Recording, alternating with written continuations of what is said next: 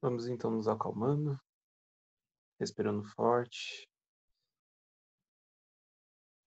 fechando nossos olhos, se assim for de seu agrado,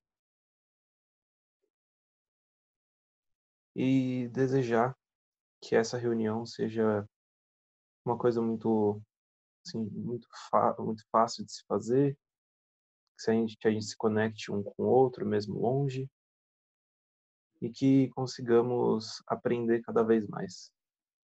Que assim seja, graças a Deus. Obrigado. Bom, nessa reunião de hoje, a gente vai abordar o reino de Deus, e especificamente como perceber o reino de Deus. Essa vai ser a nossa primeira fase. Bom, vocês, jovens, quem participa é o Vitor, a Helena. Tudo bom, Helena? Oi, tudo bem, e você? Tudo. A Bruna. Tudo bom, Bruna? Oi, gente. E eu queria saber um pouco de vocês aí, de vocês três, muito bem, sobre essa questão do reino de Deus. Eu vou aproveitar aqui que o nosso irmão Toledo trouxe um texto para reflexão de um livro que chama Dias Venturosos, de Amélia Rodrigues. É uma psicografia do Divaldo. Tem um trechinho que o Simão Pedro está falando com Jesus. Ele é assim, eu vou ler. Simão Pedro disse: falas a respeito do reino dos céus, enriquecendo-nos a imaginação com símbolos incomuns para a nossa compreensão. E acreditamos nas tuas palavras. No entanto, acostumados à pesca rude, aos trabalhos desgastantes, sem hábitos mentais diferentes, todos nos inquirimos como será esse lugar. Eu próprio me tenho interrogado onde fica e como é constituído. E Jesus responde: o reino dos céus é o recanto calmo e silencioso do mundo interior, onde repousam todas as ansiedades. As suas fronteiras não podem ser conhecidas, porque são infinitas. A sua constituição escapa a qualquer definição, somente podendo ser apreendida pela emoção e a razão que dispensam palavras. Lá não existe sofrimento, nem medo. A alma que o alcança liberta-se de preocupações e ansiedades, usufruindo das alegrias que na terra jamais experimentou. O amor é vivo e pulsante, irradiando-se em todas as direções, qual música divina que internece e sustenta a esperança, fundindo os corações uns aos outros, sem desconfiança nem precipitação. Sim, um texto muito bonito e que é legal porque, tipo, o Toledo tinha falado que muitas vezes, durante a história, né, muitas religiões acabam colocando o reino de Deus como um lugar físico, como um lugar que tem um portão e vai ter alguém falando: "Você pode entrar, você não pode entrar, e você tem essas características X, Y, Z, você vai poder entrar". Mas aí Jesus, tipo, mostra bem claramente que é um lugar não físico, né, que é um estado de espírito, e é uma coisa que é mais, casa bastante com o espiritismo e como fala de evolução, porque já que é um estado de espírito, você precisa chegar lá, né. E eu acho que é um negócio muito esperançoso no sentido, porque você consegue ver que é um trabalho constante que você pode chegar lá um dia, que não é simplesmente você tem isso, isso e isso e você vai entrar. Eu achei impressionante quando o Pedro fala aqui, ó. Acreditamos nas tuas palavras. No entanto, acostumados à pesca rude, aos trabalhos desgastantes e sem hábitos mentais diferentes, todos nos inquirimos como será este lugar. Sem hábitos mentais diferentes. Esses pescadores estavam do lado de Jesus, compreendendo a verdade, entendendo a verdade através da fé e já identificando o problema aqui, né, sem hábitos mentais diferentes, para poder deslumbrar, para poder entender como que é esse reino, onde Jesus diz que ele é calmo e silencioso e fica no mundo interior, onde repousam todas as ansiedades. E tem muito a ver com o que a Helena acabou de falar, né? Porque é questão de realmente de um trabalho, mas sobretudo um trabalho interno, né? Esse hábito mental que o Pedro fala, né? Então é preciso trabalhar sim, mas primeiro aqui dentro, né? Os nossos sentimentos, né? Os nossos hábitos mentais, nossos pensamentos. Então é muito interessante essa ideia do caminho, mas o caminho dentro de nós, né? O reino está dentro de nós. O que você acha, Vitor? Eu ia falar, tipo, eu ia comentar que quando você pensa assim, tipo, que antigamente eles tinham que falar que era um lugar físico, que você tinha regras para entrar, eu acho que é mais por conta, tipo, do momento. Assim como ele não podia falar diretamente, tipo, Deus é amor, ele tinha que chegar e falar, ó, Deus é um cara bruto que vai falar que isso você tem que entrar no reino de Deus sendo só amoroso, só bom, só isso, não pode roubar, não pode adulterar, etc e tal, várias outras coisas que ele fala. Então, eu levo em conta que o lugar físico também era um desses modos de falar, porque senão senão as pessoas poderiam não entender naquela época que ele estava falando que você tem o seu próprio reino de Deus, sabe? Que você tem a sua própria evolução que vai te levar lá. Então, concluindo tudo isso que eu disse, seria mais ou menos um modo de falar para aquela época, que a gente tem que chegar num grau de evolução muito alto para entrar, né, entre aspas. O contexto da época, né? O entendimento que as pessoas tinham, igual o próprio Simão Pedro falou, né? Ele achava que era realmente um lugar de pedra, né? Assim, e não um lugar dentro. E aí Jesus sempre trouxe essa questão do amor, né? Assim, foi tudo que ele trouxe só o amor, né? Se a gente parar para pensar mesmo. Mas aí cada um tem o seu tempo para ir absorvendo, né? Assim, a gente está há mais de 2000 anos falando sobre isso, para a gente ir sentindo, né, esse amor, né? Mais do que falar intelectualmente, mas sentir, né, esse amor todo que ele trouxe. E é realmente essa ideia do contexto, do entendimento das pessoas tem tudo a ver mesmo, né? Então, sobre isso, eu lembro de uma vez que a Tuca, eu não sei se vocês conhecem, mas a Tuca Barbosa, ela chegou a explicar para mim, antes de eu chegar no mediúnico, ela chegou a explicar para mim que Jesus teve que passar por uma modificação muito grande para entrar aqui, o que deixa ainda mais evidente do que ele estava falando, que tipo a gente tem esse reino, a gente é esse caminho, então ele teve que meio que voltar para o nosso nível, não necessariamente em níveis mesmo, mas ele teve que abrir mão daquela evolução que ele estava, daquele nível de evolução que ele estava, para voltar para a Terra para ensinar a gente a como evoluir amorosamente e etc. E uma coisa que eu acho que é, tipo, para mim, pelo menos, quando a gente estava discutindo, olhando as passagens, coisas assim, é uma coisa que, especialmente em tópicos que nem esse, que falam sobre evolução individual e coisas assim, é importante olhar, que nem o Vitor falou, a Jesus como um caminho, efetivamente, tipo, como um exemplo de alguém que um dia foi que nem a gente. Nosso conhecimento que a gente tem hoje dos mundos e todo o processo de evolução, é importante lembrar de olhar para Jesus como efetivamente um exemplo, como alguém que está lá num lugar onde a gente, assim, fazendo essa reforma interna, vai conseguir estar. É importante fazer essa divisão de que Deus a emoção é o amor e Jesus é o caminho. Essa coisa da emoção, na nossa conversa, a Helena falou de um trauma psicológico. Você lembra disso? De como se recupera do trauma?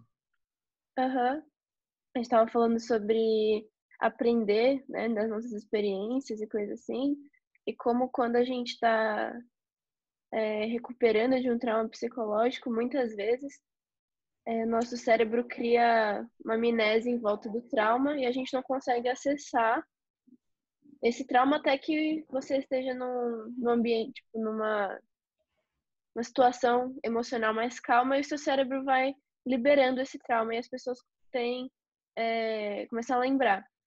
Que é justamente o que a gente passa, né, nas encarnações, e é justamente, tipo, esse processo de que para alguns problemas, para você conseguir ir para frente, você precisa esquecer um pouco disso, esquecer, para você conseguir evoluir, e quando você tiver reformado e evoluído o suficiente para você conseguir processar isso e olhar para essas experiências ruins como meio de aprendizagem, aí sim você vai ter esse acesso novamente. A nossa segunda questão é: onde sou semelhante a Deus? A gente conhece várias parábolas de sementes. A gente comentou bastante isso. Nas parábolas de semente, a gente encontra a nossa semelhança com o Criador, porque ela sempre nos remete a como fazer essa semente frutificar, como a gente conseguir fazer isso dar fruto e a gente fazer parte do reino de Deus e se tornar um cooperador efetivo nesse reino. Uhum. O trabalho é interno de cada um, né? O que vocês têm para dizer para nós sobre essa frase, onde eu sou semelhante a Deus? É uma pergunta meio difícil de fazer, porque se você se comparar a alguma coisa tão grande quanto, é muito difícil. Muitas das pessoas não conseguiria fazer isso, mas se você pegar, tipo, alguma parte que você realmente olha para dentro e fala, nossa, aqui é onde eu me destaco, onde a minha parte mais fácil de se achar em Deus, no caso, de se assemelhar a Deus. Aí, tipo, você tem que passar muito tempo pensando. Então, eu diria que eu tento ao máximo amar as pessoas. Então, como eu cheguei a falar na nossa reuniãozinha antes, eu me esforço muito para corrigir meus erros. Então, sempre eu tento ir atrás sem pressionar as pessoas também, até porque a maioria das pessoas não gosta que no momento você vá tipo, pressionar ela para corrigir um erro que pode até não ter sido um erro tão grave. Então, eu sempre tento dialogar e achar onde que eu errei para poder consertar isso, tanto no futuro quanto em mim, para eu não errar mais. Então, eu diria que essa é a parte que eu mais me assemelho, assim, todo o meu ser. Tentando buscar a compreensão do próximo, né? Sim, Buscar entender, se colocar no lugar do outro para poder saber o que seria bom para os dois, para o todo, né? A preocupação sim, de Deus com o que Ele criou bom, ela é infinita e ela é como um todo, é como um todo. Quando a gente conseguir libertar a humanidade de orgulho e egoísmo, a gente vai estar fazendo o que você faz de um modo natural. Mas é Uhum. super importante aplicar isso hoje em dia, nascidos aqui num planeta de provas e expiações, a gente ter esse esforço contínuo de se colocar no lugar do outro. Por que a gente tem o direito da palavra superior ao outro? Não tem, né? São muitos jeitos de ver uma verdade. A verdade absoluta, ela vem do reino de Deus. E é essa verdade que a gente busca através de Jesus. Mas, por enquanto, o problema do ponto de vista, ele é muito importante de ser detectado, porque a gente não consegue ver como os outros. Às vezes uma mesma situação, visto de ponto de vista diferente, ela pode se tornar, por um lado, você está vendo ela boa, por outro lado, você está vendo ela completamente inútil, não sendo boa. Eu lembro que você comentou de um quadro, né, que tem duas É pessoas. de um quadro que o cara desenhou uma paisagem e nessa paisagem tem várias árvores no final de um lago. Uhum. E quando você vira essa imagem de ponta cabeça, ela vira um senhor de idade. Então, existem dois tipos de ponto de vista nessa imagem. Tipo, é só você virar o Uhum. seu aparelho que você está vendo a foto. Então, é incrível o que o ponto de vista faz. Eu li, eu também lembrei de um trecho do Sinal Verde, do André Luiz, onde ele... ali é um... André Luiz no Sinal Verde só ensina a etiqueta moral, né? O que ele ensina. Eu lembro, eu contei para vocês, né, que ele ensina a respeitar a opinião do outro, que tanto a sua é muito válida para o outro, quanto a do outro também é muito válida para você. Justamente Uhum. frisando esse ponto de vista no nosso atual entendimento. Acho que a única coisa que a gente não pode discordar são das coisas que o Jesus ensina. E esse é nosso guia. O ponto de vista do Jesus sempre é o correto. Está sempre nos levando à verdade. Quer colocar alguma coisa, Helena, sobre esse? Não, eu acho que, só adicionando, né? Eu acho que quando a gente fala sobre ser semelhante a Deus, quando Jesus fala que Deus é amor, é interessante a gente pensar que quando a gente age com amor, seja em situações grandes, seja em atos pequenos de caridade, é isso que o Vitor está falando, de você buscar ouvir o outro, de você buscar viver em harmonia com o outro, isso é um ato é, semelhante a Deus, digamos assim, né? Porque é um ato que carrega aquele amor ao próximo, é um ato que carrega justamente esse espírito, digamos, espírito de Deus, essa emoção que é Deus. E você, Bru? Onde Eu você... acho que isso que a Helena falou e o Vitor tem tudo a ver, né? Porque realmente Deus é amor, né? Então a gente é amor também, né? Porque a gente é filho de Deus, né? Então, assim, nós temos em nós essa partícula divina, né? Que é o próprio reino dos céus, né? Se a gente parar para pensar, é esse lugar onde a gente é amor só, né? Assim, simplesmente amor. E isso já está na gente. E aí, quanto mais a gente se esforça nesse sentido, né? Porque por enquanto é um esforço, depois vai ficando natural, né? É aquela coisa do hábito, né? Então, no começo você precisa se esforçar um pouquinho mais, mas depois aquilo vira natural. E aí é aí que você se encontra com Deus, né? Quando você realmente sabe que Ele está dentro de você, né? Em essência, nós todos temos esse amor, né? Essa partícula divina.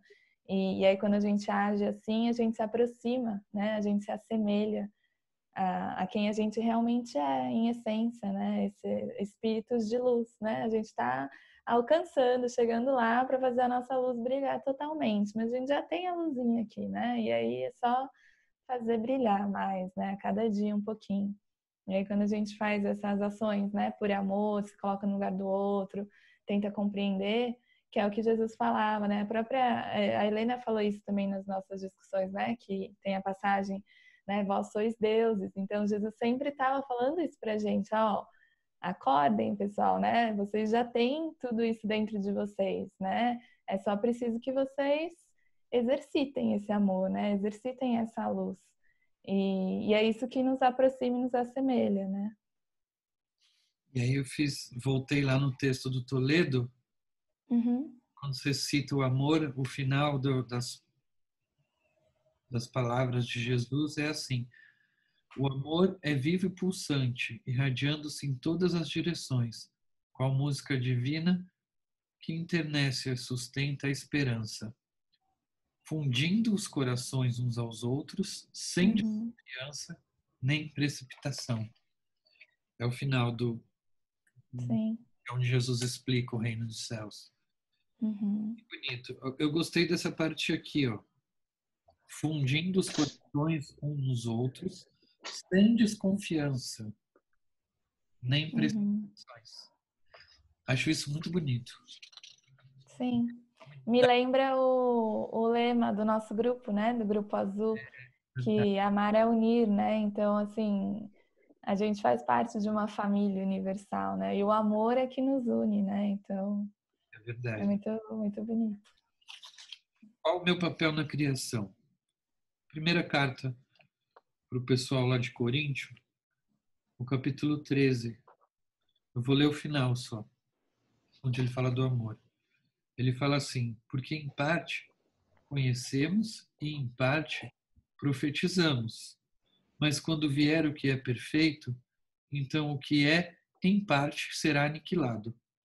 Quando eu era menino, falava como menino, sentia como menino, discorria como menino. Mas logo que cheguei a ser homem, acabei com as coisas de menino, porque agora vemos por espelho, em enigma, mas não veremos face a face. Agora conheço em parte, mas não conhecerei também como sou conhecido. Agora, pois, permanecem a fé, a esperança e o amor, estes três, mas o maior deste é o amor. Qual é o papel de vocês na criação? Como vocês se sentem diante dessa responsabilidade de ter encarnado em São Paulo durante a pandemia e saber que vocês têm um papel na criação divina Uhum. que tem que ser cumprido, tem que ser executado. Eu acho que você falou ontem, você, Leonardo, falou isso ontem, sobre você ser co-criador do reino de Deus, né? Eu pensei sobre isso porque foi uma frase que me grudou muito em mim, assim, sabe? E eu acho que vem muito dessa coisa de, já que o reino de Deus é um ambiente é um estado, né, de paz, de amor. Eu acho que você ser co-criador é você ajudar, seja tipo, no dia a dia, a, a propiciar esse ambiente de paz e de amor, de caridade para os outros, né? Eu acho que vem nisso e agora muito mais, né, que a gente está cada vez mais tempo com as mesmas pessoas, com menos paciência para os outros, com menos paciência para a gente, né? É, fica mais difícil propiciar esse ambiente, né? Mas é a nossa responsabilidade. E o Vitor, sua responsabilidade diante Minha da criação. responsabilidade. A minha responsabilidade sobre ter nascido aqui é aprender, principalmente. Saber lidar com algumas situações que provavelmente na minha outra encarnação eu deixei passar. Eu, eu sempre levo em conta que a minha outra encarnação não foi pior, e sim menos evoluída do que essa. Eu sabia menos coisa do que essa. Então, eu levo em conta também que eu sempre tô num caminho indo para cima, indo sempre escada acima, nunca escada abaixo. Eu nunca vou retornar para começar a evoluir de novo. Eu vou voltar daquele ponto que eu estava. E eu acho que eu fiz não fiz alguma coisa na outra vida, mas eu deixei de fazer alguma coisa na outra vida que me fez vir para essa para aprender mais ainda sobre o amor e mais ainda ter mais provas, mais expiações para que eu consiga evoluir tanto essa parte quanto partes de relacionamento, por exemplo, que eu tenho algumas dificuldades, quanto de fugiu a palavra, desculpa. tanto evoluir como pessoa mesmo.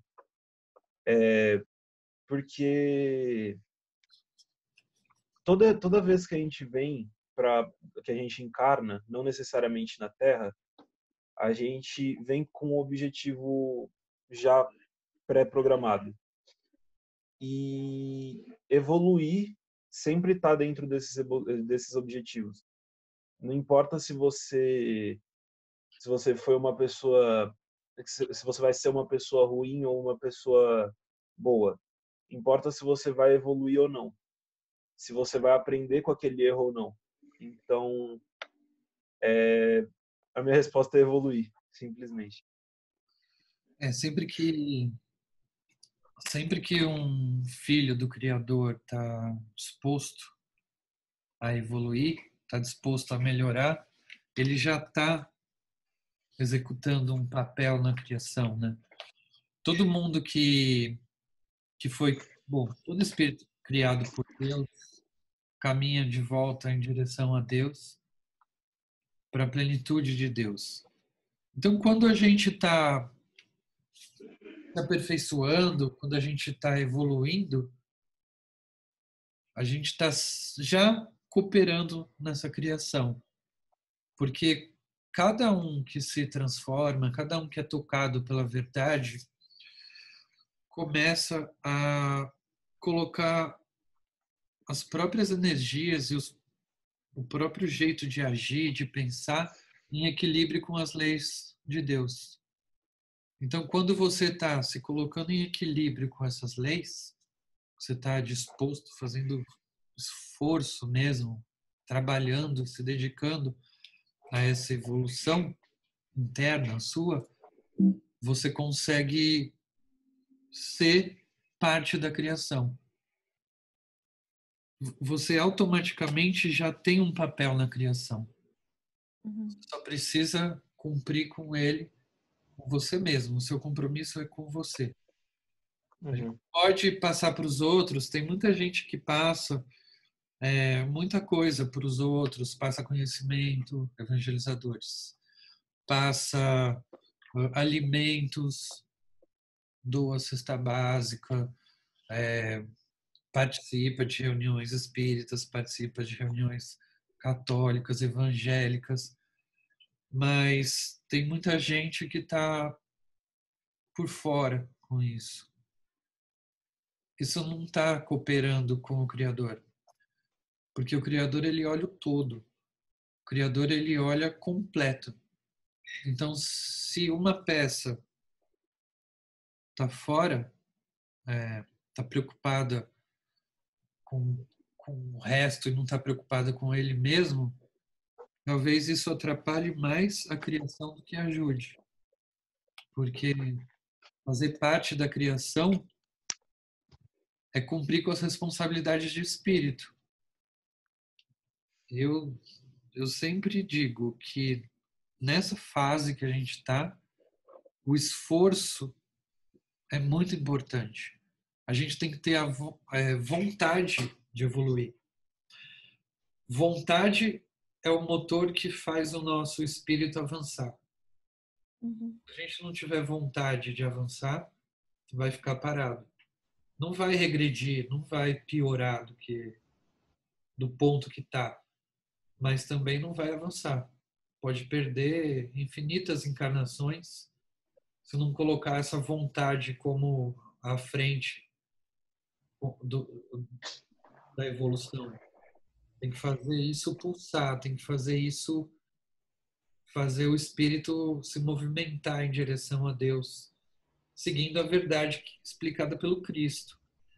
Eu coloquei o texto da Meimei, que é Esquece Lembrando, para a gente estudar, e eu gosto do final dele.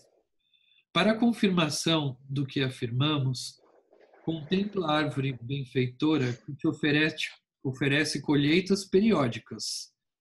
Ei-la que se desprende das pancadas da ventania e das ofensas que lhe façam, a fim de atender o próprio destino na produção dos benefícios em que te apoias. Diante de uma árvore simples e amiga, é possível aprender que a evolução se baseia no trabalho e que nas leis de Deus, para servir e servir, é necessário esquecer e esquecer. No final da lição, a Meimei fala de uma árvore que está dando os frutos. Não importa se o vento castiga ela, se alguém quebra o galho dela, ela não fica magoada. Ela fica no papel dela de árvore. Ela tem que pegar a luz do sol, fazer a fotossíntese, fazer os frutos gerarem através das flores, que vai gerar uma flor, que vai gerar um fruto, e vai alimentar essa criação e bola para frente. Ela não vai ficar, não vou dar mais fruto porque ventou demais, choveu muito, quebrou meu galho da direita. Ela vai, esquece lembrando, ela vai saber que o papel dela é muito maior do que esse. Nada vai atrapalhar mais a ponto dela decidir parar de fazer parte da criação de Deus.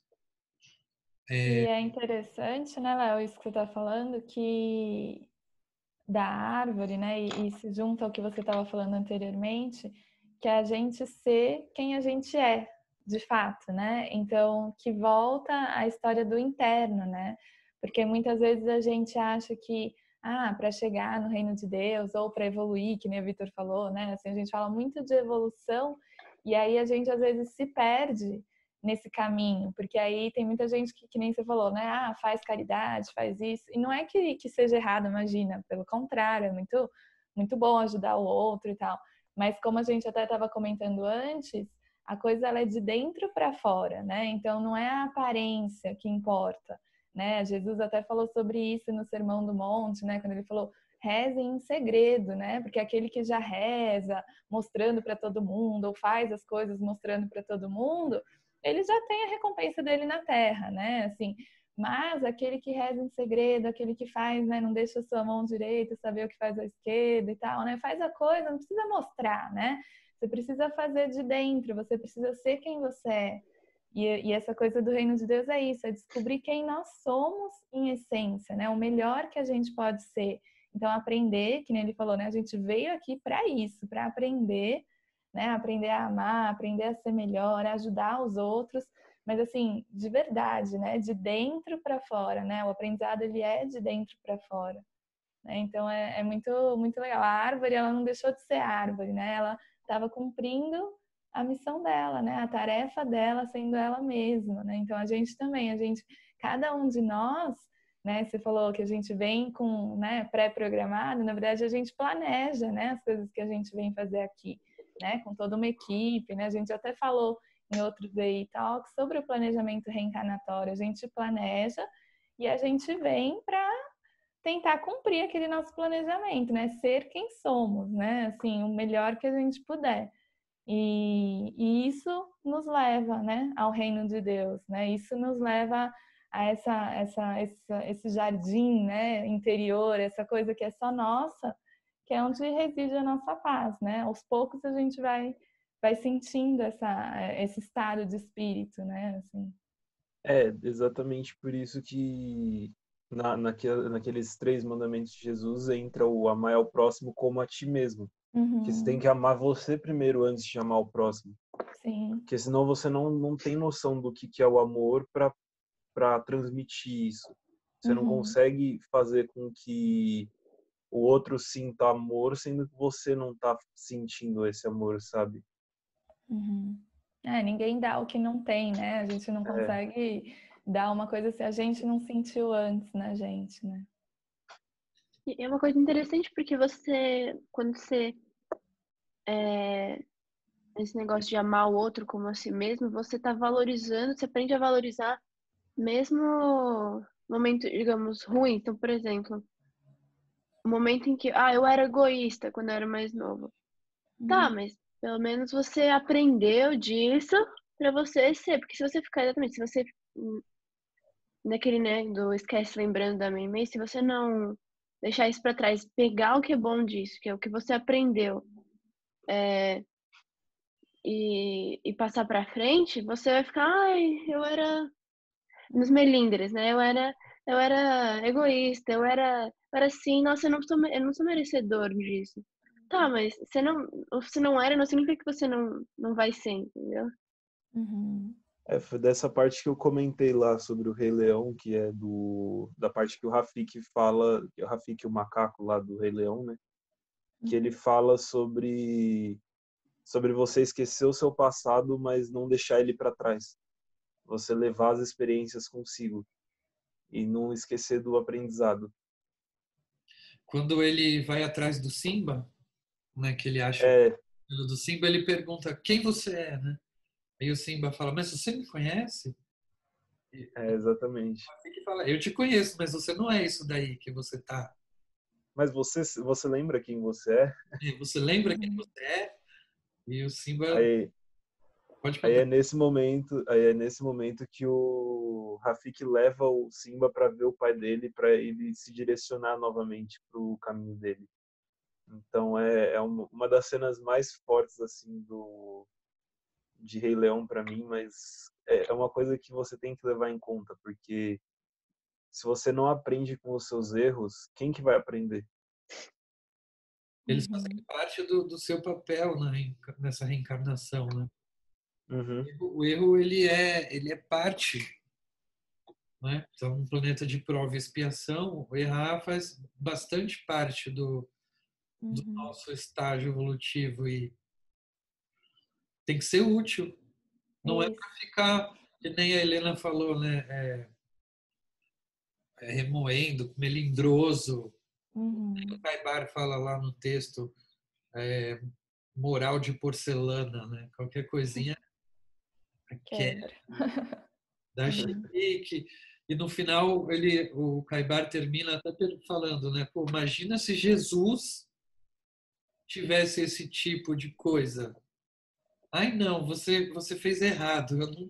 Eu não quero mais te ensinar, não vou te ensinar. A gente, Uhum. Não, a gente atrapalha, cada um atrapalha a si próprio. Não tem, na catedral ele já teria parado, né? é, Pô, como. vocês estão vendendo aqui dentro da igreja do meu pai? Como assim? Magoei, vou embora. Vou embora. Pode cancelar o evangelho, não quero. Deixa a Bíblia para outro dia. Outra encarnação eu faço a Bíblia. Vou reencarnar de novo. Não deu certo. Sim. E é importante, é legal, né, que ele, tipo, embora o ficar ali com o Timão e com o Pumba não fosse, digamos, o chamado dele, não fosse a missão dele, não fosse quem ele era, aquilo foi importante para ele desenvolver quem ele é. Aquilo Sim. foi, não é uma, que nem a gente vê, às vezes você ficou muito tempo num lugar que você talvez não era o que você precisava ser, e você fica, nossa, mas por que eu passei tanto tempo ou com essa pessoa ou nessa nesse curso da faculdade, em qualquer coisa assim. Mas isso te ajudou a você hoje ser quem você era, porque uma viagem, né, não é feita só de começo e final. Ela é feita Uhum. de paradas também, que são importantes. Como Paulo, por exemplo, né, que o final dele era ser um disseminador da palavra, mas ele começou como Uhum. alguém que matava cristãos, e aí parou como alguém que foi refletir, que aprendeu, que foi humilde, e aí lá na frente chegou no destino. Uhum. Paulo É, estava o pronto, Paulo é um ótimo exemplo, né? Nossa, demais. Paulo Sim. estava pronto para cumprir a missão. Ele só estava apontando para o lado errado. Né? Ele tinha Uhum. conhecimento, ele tinha vontade, ele tinha dentro dele já aquela árvore da semente de mostarda grandiosa, né? Com todas as leis. E Jesus para ele na estrada de Damasco e fala: pô, vai me perseguindo porque ele não entende nada. Ele entendeu dentro do espírito dele, de Paulo, que alguma coisa estava errada. Mas 6 anos depois, né? 6 anos depois dele ter encontrado Jesus, ficou cego, Ananias, ele compreendeu que ele estava dirigindo as forças dele para o lado errado. Aí ele quando ele entende isso, ele é um cara que está pronto para disseminar o cristianismo no planeta inteiro.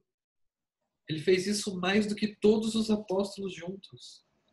Uhum. O encontro dele com Jesus foi um encontro espiritual, né? Ele nem viu Jesus, ele só ouviu de tanta luz. Foi um clarão, né? Foi um clarão e Foi um Jesus clarão começa a e falar para ele. já ficou cego, né? Uhum. É. E é isso, né, que vocês estavam falando dos melindres, porque imagina se ele tivesse falado, não sou merecedor, né? Porque ele cometeu erros terríveis, se a gente for parar para pensar, né? Assim, ele foi terrível, ele fez coisas abomináveis, assim. Mas quando ele teve esse encontro, né, esse encontro espiritual com Jesus, ele falou: não, eu posso mudar, né? Eu posso me transformar e eu sou merecedor, sim, dessa mudança, dessa transformação, né? Eu sou filho de Deus, eu mereço, sim, ter essa chance de novo, né? Então, assim, ele teve isso muito claro, por isso que ele é um exemplo para a gente, né? Porque além da missão de divulgar o evangelho, essa parada, né? Essa coisa de você parar e, peraí, vamos mudar então, né? O caminho, eu posso mudar, eu tenho permissão, né? Eu tenho merecimento para mudar o caminho, sim.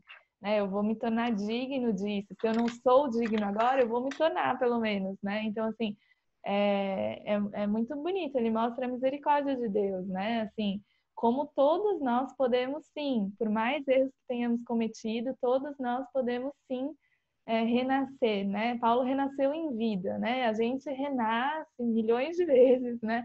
Mas assim, a gente também pode renascer em vida, não precisa ser tão forte igual ele, mas assim, as pequenas coisinhas que a gente tem, que a gente sabe que não é muito legal, a gente pode sim transformar, né? Nós somos merecedores sim dessa nova chance, graças a Deus, né? Então é uma lição, ele tem uma lição muito bonita, né? Assim, a nos ensinar. Eu só ia falar que tem como a gente comparar o Paulo antes do encontro com Jesus com aquela semente que caiu no espinho, que é aquela semente que está abafada pelo exterior, que não consegue ensinar, não consegue explanar esse amor por conta dos espinhos que abafam ela. E aí ele encontra Jesus que vem e poda esses espinhos e faz com que ele floresça dali. Então, é tudo interligado. Cada palavra que ele tem é muito grande, é muito forte. Então, eu sempre acho muito legal de ver desse lado. Isso me lembrou Rei Leão também. Qual das partes? A parte que o Simba vai embora porque ele se sente culpado pela morte do pai e ele fica aquele tempo todo vivendo com o Pumba e o Timão e ali ele consegue se reconstruir. Mas essa parte do filme, ela mostra exatamente aquilo que a Lena tinha falado, que é a sua mente, ela vai te preparar para aquele trauma antes de te entregar aquele trauma de uma vez. Então ela vai ter certeza que você está pronto para enfrentar aquilo, para que você comece a enfrentar. É um amadurecimento, né? É o tempo que o Paulo demorou também para poder pregar o evangelho. Uhum. Paulo ele não se sentia errado, né? Porque ele era um homem de muita fé. Quando ele perseguia cristão, ele estava certo que ele estava certo. Uhum. Mas quando ele Mas é que nessa inversão do vetor, ele poderia ter escolhido o caminho da culpa, né? Assim, porque muitas vezes, muitos de nós faz isso, né? Assim, a gente acha o certo até, né? Acha o caminho, mas aí a gente fala, nossa, será? Dá aquele medinho, né? Será que eu mereço, né? Assim, porque, nossa, olha o que eu já fiz. Né? Então, eu acho que isso que é interessante. Ele não escolheu o caminho da culpa. Por quê? Porque ele tinha essa certeza, né? Ele teve essa certeza, né? Que ele merecia isso, que ele estava certo, que Jesus estava com ele. Mas se ele fosse um pouquinho mais fraco na fé, ele poderia sim, né? Humano que é, como todos nós, ele poderia sim ter falado, putz, será? né? Será que eu posso mesmo divulgar o evangelho? É o que eu fazia antes. Agora, né, eu vou virar totalmente? Será que eu posso, né? Vou jogar do outro lado. Isso. De novo, né? Tudo é muito dentro da gente. A gente precisa, por isso que Jesus falava, né? Vigiai e orai, porque realmente está aqui dentro. E aqui dentro que a gente sente é o que leva para os lugares, né? Assim, então, e sempre dá para voltar, né? Sempre dá para se redimir, sempre dá para pedir ajuda, mas assim, depende da gente pedir também, né? E tá apto a aceitar essa ajuda, né? Porque muitas vezes a gente cristaliza, né, esses sentimentos negativos e aí demora para a gente conseguir se libertar, né? Mas não é Deus que está punindo nem nada, é a gente mesmo que vai fazendo isso com a gente, né? Com o nosso próprio espírito. Então, a gente precisa prestar bastante atenção o que a gente escolhe, né? Assim, até a metáfora da semente, né? O que a gente quer plantar, né? Dentro da gente, né? O que a gente quer depois colher, porque a colheita vem, né? Se a gente planta, a gente colhe. Então, assim, o que a gente está escolhendo, né? Como sentimento, como pensamento, acho que é bom, né? Fica a reflexão, né? Assim. Não, a única coisa é que isso da sutileza, ela falou que a gente às vezes sente, né? Que a gente às vezes tá num lugar que a gente é familiarizado, que tá tudo bem, e do nada, tem alguma conversa com alguém que te estressa, e fica, meu Deus do céu, eu gostava dessas pessoas quando começou, porque eu não, sabe, parece que eu tô num lugar completamente diferente, porque você tá mentalmente, né? Da mesma forma como a gente consegue estar no umbral na Terra, a gente consegue estar no reino de Deus na Terra, né? Tem até algumas coisas, não sei se passagens, mas algumas frases ditas por pessoas que já desencarnaram, por espíritos que já desencarnaram, melhor dizendo, que dizem que quando tem uma concentração de espíritos pouco evoluídos moralmente, ele fica um lugar mais frio, fica um lugar mais sem cor, entre aspas. Quando eu estou num lugar muito pesado, eu começo a sentir tanto frio quanto não conseguir ficar tranquilo. Eu fico inquieto. O bom é a gente não frequentar esses lugares. Uhum. O bom é a gente ter Jesus no coração, é verdade, e caminhar sempre pela alegria, pela felicidade. E quando a gente tiver aquela árvore bem grande, bem forte, a gente cultivou essa semente do Evangelho, que a gente consegue colocar essas leis de Deus à frente da nossa vontade, aí a gente consegue transformar esses lugares. Então, quando a gente tem essa semente do Evangelho cultivada, já fortificada, aflorada, e ela está na frente da nossa vontade, que a gente já passou além do nosso orgulho, do nosso egoísmo, dos interesses pessoais, aí a gente consegue pôr a mão na sujeira sem se sujar, sabe? A gente consegue arrumar ou colocar em ordem o que está causando algum prejuízo na criação de Deus. Jesus fazia isso muito, como exemplo, né? Ele veio fazer isso para dar o exemplo e deixou na mão dos apóstolos, quando Lucas escreve o Atos, essa missão de fazer a mesma coisa. Fazer mesmo, pôr a mão na sujeira sem se sujar. Quem fala isso é o André Luiz. Tem um momento que você consegue entrar num resgate, fazer um resgate, transformar algum espírito sem você ser afetado pelo que está acontecendo com ele. Porque aí você tem que ser grandioso diante das leis e diante do Evangelho para ter essa força. É a árvore que atingiu 2 metros de altura, com galhos frondosos, que saiu de uma sementinha de mostarda desse tamanho, e as aves vieram fazer um ninho. Uhum. Exatamente isso, essa passagem bem pequenininha, né, que está em Mateus, mostra essa força do cultivo do Evangelho, mostra esse poder que a gente tem dentro da gente, tomando conta das nossas vontades, dirigindo nossos pensamentos, fazendo tudo isso ir na direção da vontade de Deus. E finalizar até com essa passagem mesmo, né? Deixar para todo mundo essa passagem, porque ela é bem curtinha e ela é bem bonita, assim, acho que é bem significativa. Eu vou ler então, tá em Mateus, no capítulo 13, versículo 31 e 32. Então Jesus, né, propôs-lhe outra parábola, dizendo: o reino dos céus é semelhante a um grão de mostarda que um homem tomou e semeou no seu campo. Embora seja a menor de todas as sementes, quando cresce é a maior das hortaliças e torna-se árvore, a tal ponto que as aves do céu se abrigam nos seus ramos. Então, que a gente possa fazer essa semente crescer na gente, né? A gente tem capacidade para isso, todos nós, né? Cada um ao seu tempo, mas todos nós temos essa força em nós. Eu queria agradecer muito ao Vitor, à Helena, por toparem participar, ao Léo também. Agradecer a todo mundo que está assistindo.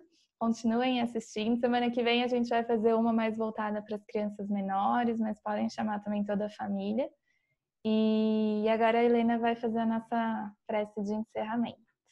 Antes de terminar, eu posso recomendar 2 pessoas para virem aqui fazer também?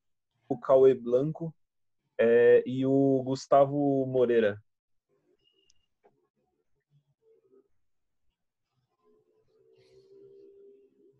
Pode fazer, Helena. Pode fazer, tá? Desculpa. Tá. Vamos fechando nossos olhos, se assim for confortável. Nos conectando com o plano maior. E agradecendo por essa oportunidade de, mais uma vez, ter, mesmo no meio de toda essa pandemia, ter um espaço para falar um pouco sobre Deus com os jovens, que é tão importante, né, ter essa voz. E agradecer pela oportunidade de quanto que essa aula de hoje trouxe de crescimento para todos os envolvidos. Graças a Deus. Obrigado, gente. Foi muito legal, foi maravilhoso esse Talks. Obrigado, Bruna. Obrigado, Helena. Obrigado a vocês. Obrigada por ter chamado a gente. Obrigada por ter aceitado. Obrigado, Léo. Tchau. Tchau. Ó minha mão.